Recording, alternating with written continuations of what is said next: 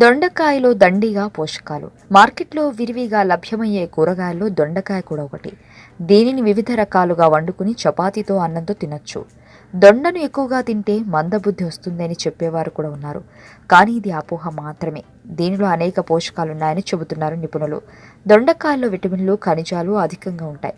పీచు పదార్థం, ప్రోటీన్లు కూడా లభిస్తాయి. వీటిలోని యాంటీ ఆక్సిడెంట్లు బ్యాక్టీరియాలను అడ్డుకుంటాయి. దొండకాయల్లోని యాంటీ హిస్టమైన్ గుణాల వల్ల అలర్జీ రాదు. దగ్గు, ఆకలి లేకపోవడం వంటి వాటి సమస్యలతో బాధపడేవారు దీన్ని తినడం వల్ల ఉపశమనాన్ని పొందొచ్చు.